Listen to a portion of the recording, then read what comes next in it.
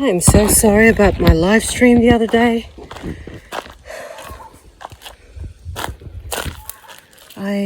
My computer just does not cope with live streams in the afternoon, apparently. And my Apple computer always seizes up. If there's anything that I've learned from having a Mac, is that they seize up in hot weather.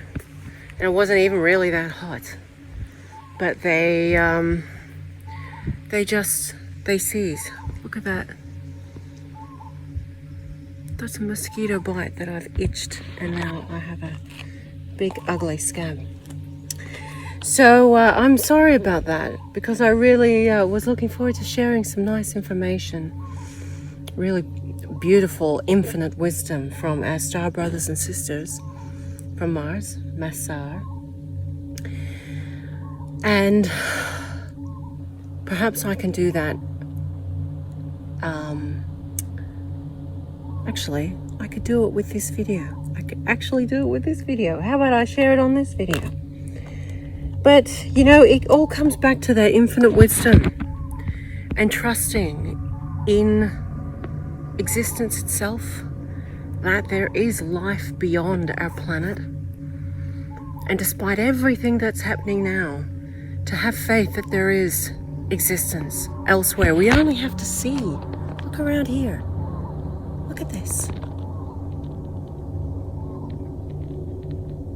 I mean, that is infinite wisdom. We are surrounded by that.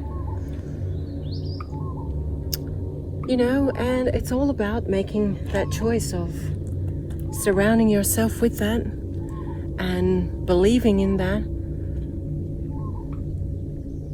And it kind of reiterates how I feel about myself and my body and what I choose not or choose to put into it. And I have full faith in that infinite wisdom and that infinite intelligence that created me. Why would I inject myself with fear? Why would I inject myself with something that is other than that? I trust in my creation. I trust in the creation that created me, that created this. I created this, but I am an extension of that infinite wisdom.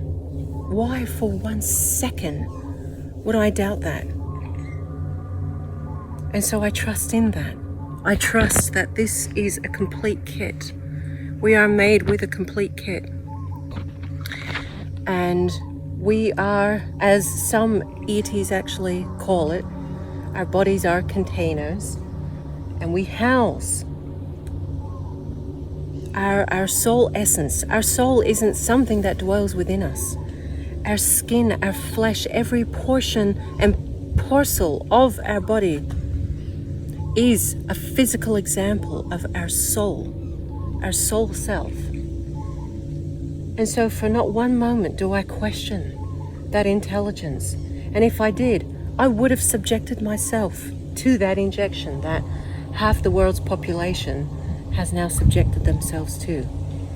I trust in the infinite wisdom of what I am. You know, and of course, that requires effort on my behalf, and that means feeding my body the correct nourishment, feeding it the right foods, light foods, foods of color, foods of high vibration, foods that are nutritious, foods that are beneficial. And of course, there is nothing that can defeat the power and the infinite intelligence of fruits, raw foods. It's so simple.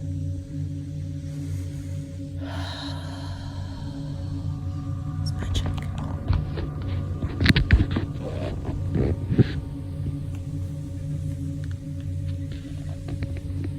Look at those reeds just swaying in the wind. There's so much energy that just permeates this gully. Even though they're swaying, I always feel like I'm being watched.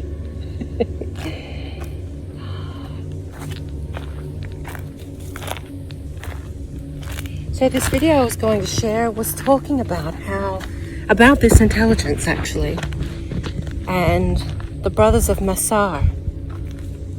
Could be Soltec that presents this information, I can't remember off the top of my head, but he talks about how their craft are actually made and somehow impregnated with consciousness.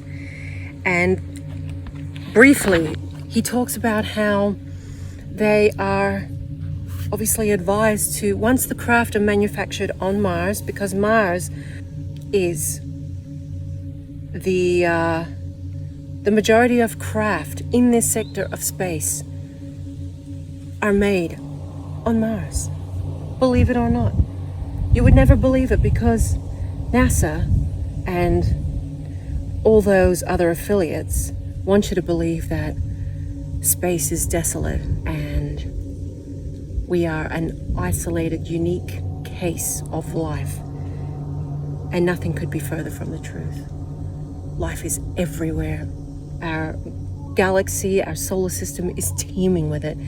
And Mars has a huge complex, but they have their own industry, and a big portion of their industry is the manufacturing of spacecraft.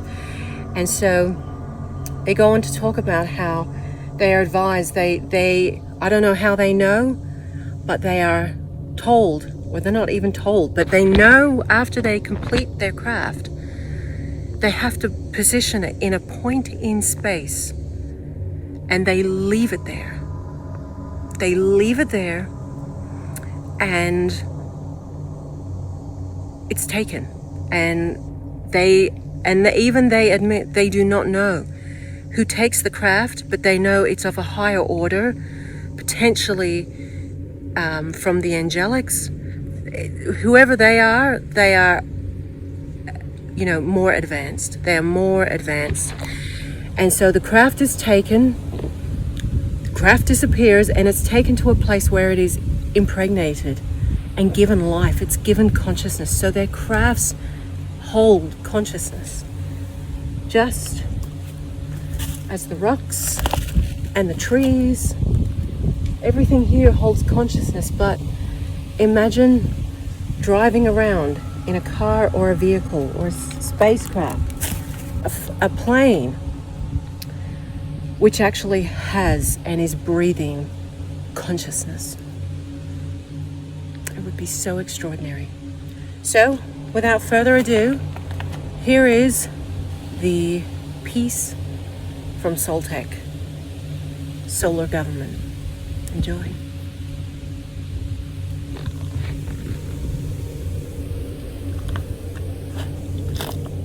This recording deals with solar government, its administration, law, and enforcement. Sutko, the space being who speaks, is a judge of our solar system's tribunal, or law body, located upon the planet Saturn. Corton, a Martian communications chief, opens with an introduction. Corton speaking. Kadar Sutko of the Saturn Tribunal will now speak to you. Greetings, people of Earth. I am Sutko. We speak at this time of solar government. It is also necessary to mention something of galactic government. This galaxy is governed by the laws of the Confederation, which, as you are now aware of, are formulated by all members. In each galaxy, there is a main body of men who form what is called a tribunal. In each instance, there are 7 members or representatives in these tribunals who fill their positions by voluntary action and qualifications most astounding. Their purpose is to acknowledge the principles of universal law and to administer this law. Theirs is a noble position of great service.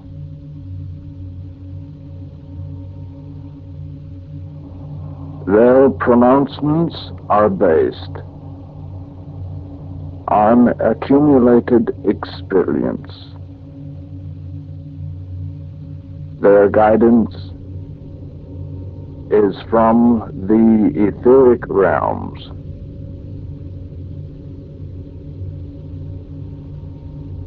Their observance and execution of the law is accomplished by information received from the solar tribunals and by remotely controlled observer craft.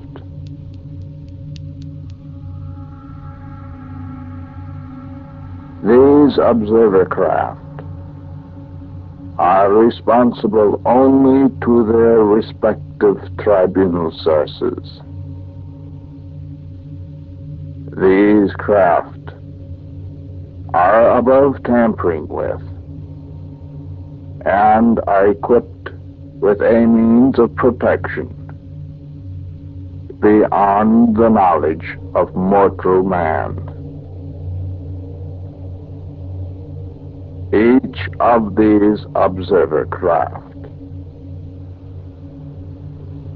are directed to a certain location in the universe after being newly manufactured.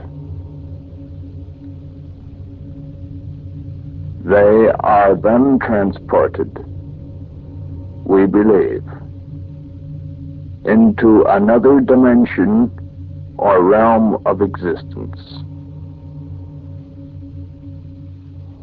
There they assume their means of protection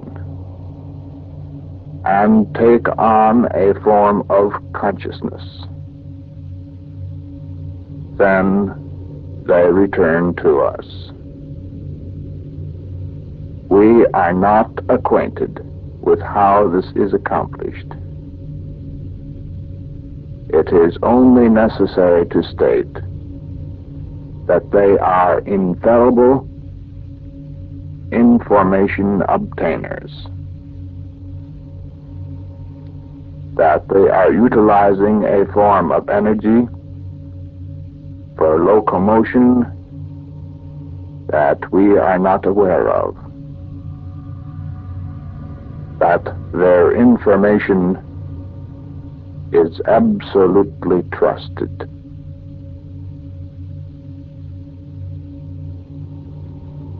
These craft, guided by an intelligent consciousness beyond anything we can conceive of, constantly roam the universe, reporting all events which transpire to their various local and galactic tribunals. We can also direct their movements when we so desire. The chronomonitors, are manufactured by and are the observant servants of man. Their remarkable abilities are gifts from the Creator. The individual planetary solar tribunals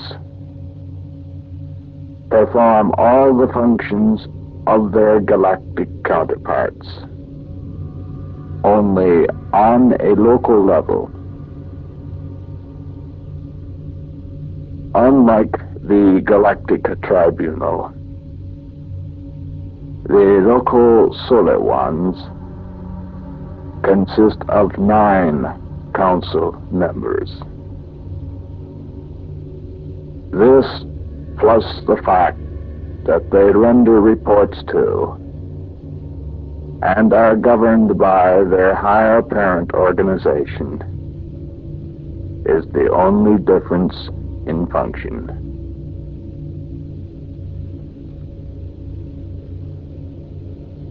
To refer back for a moment,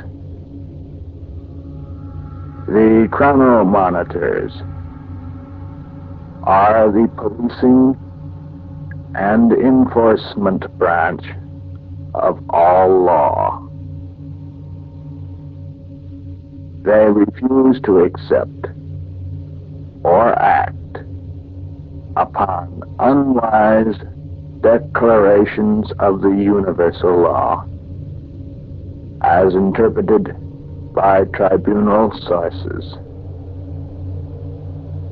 By observing this inaction of theirs to our orders, we are able to rectify grave errors in our judgment before any harm results.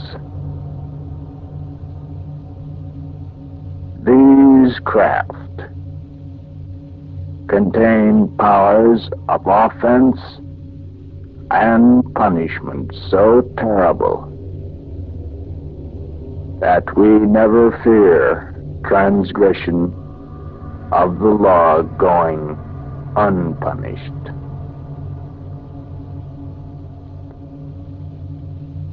We have never witnessed an occasion where these craft have had to use their powers for destruction. I can only state that we are grateful that a supreme intelligence oversees man's affairs, and that we have received praise rather than punishment in our actions.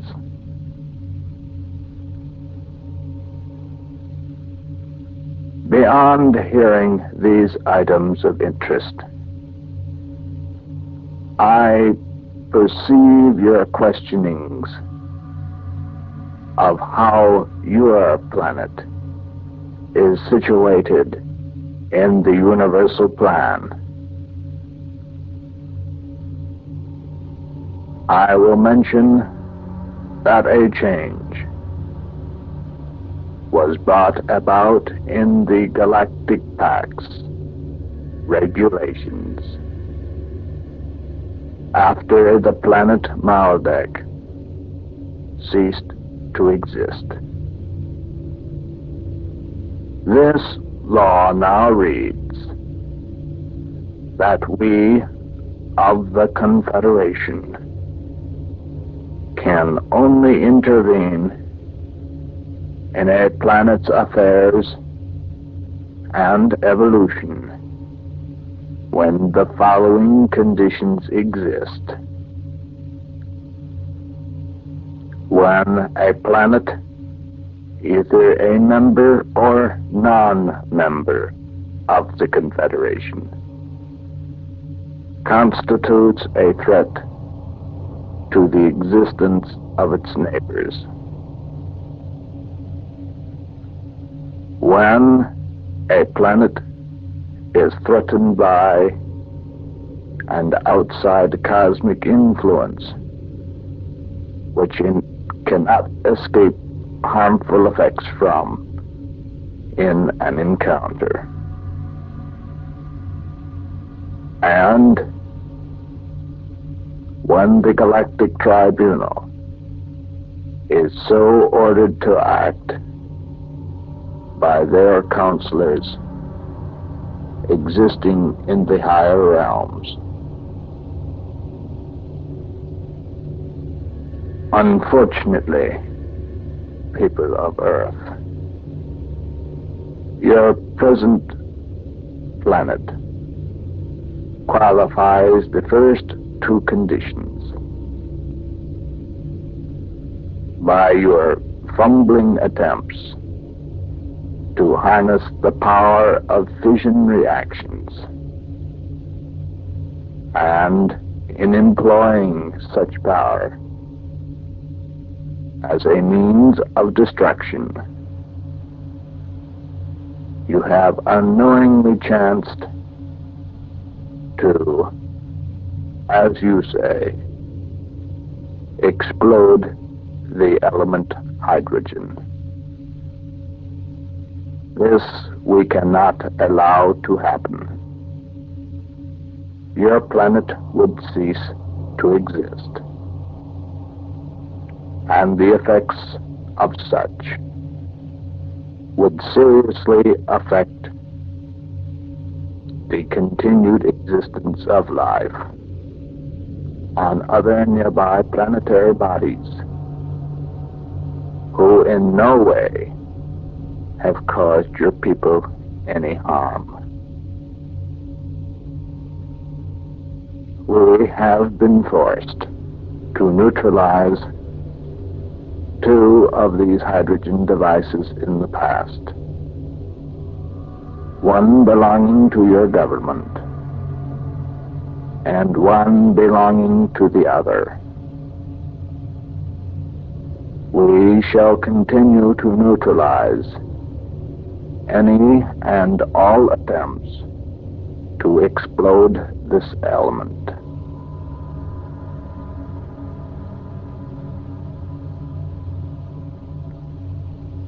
Under the second condition, you also qualify. Your scientists are well aware of how your cosmic ray count is increasing. This is caused by your transit through a concentration of these particles in space. Hampered as you are by a technology unable to provide an effective screen against this menace,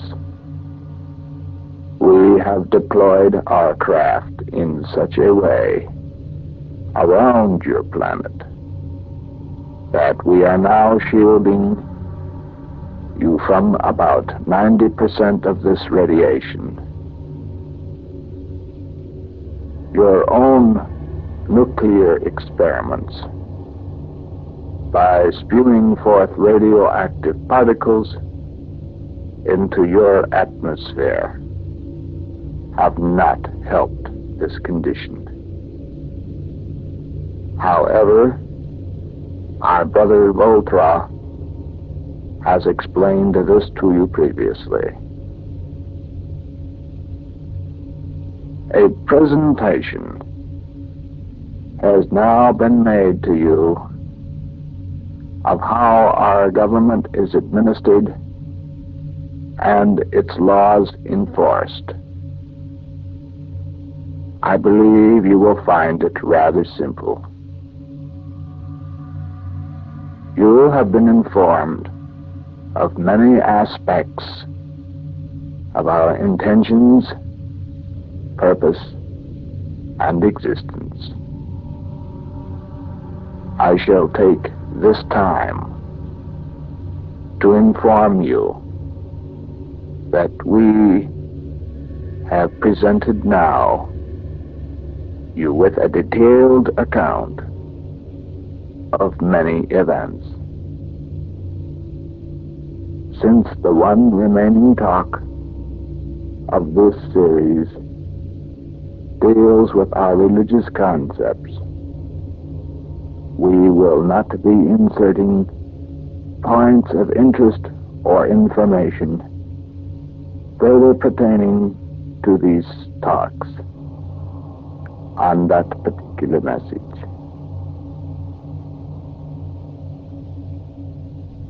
It is up to you, people of Earth, to now act upon what has been presented. If we are informed of progress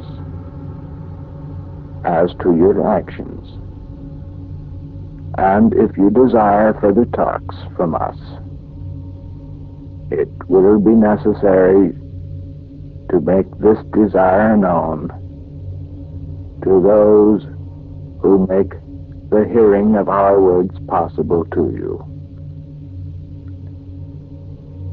We shall be observing the effects of what we have already related to you.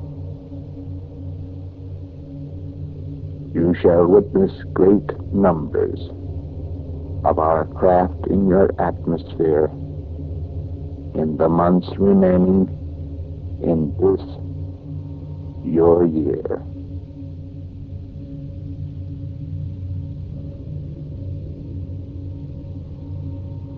May the infinite light of all understanding reach you and promote the truth.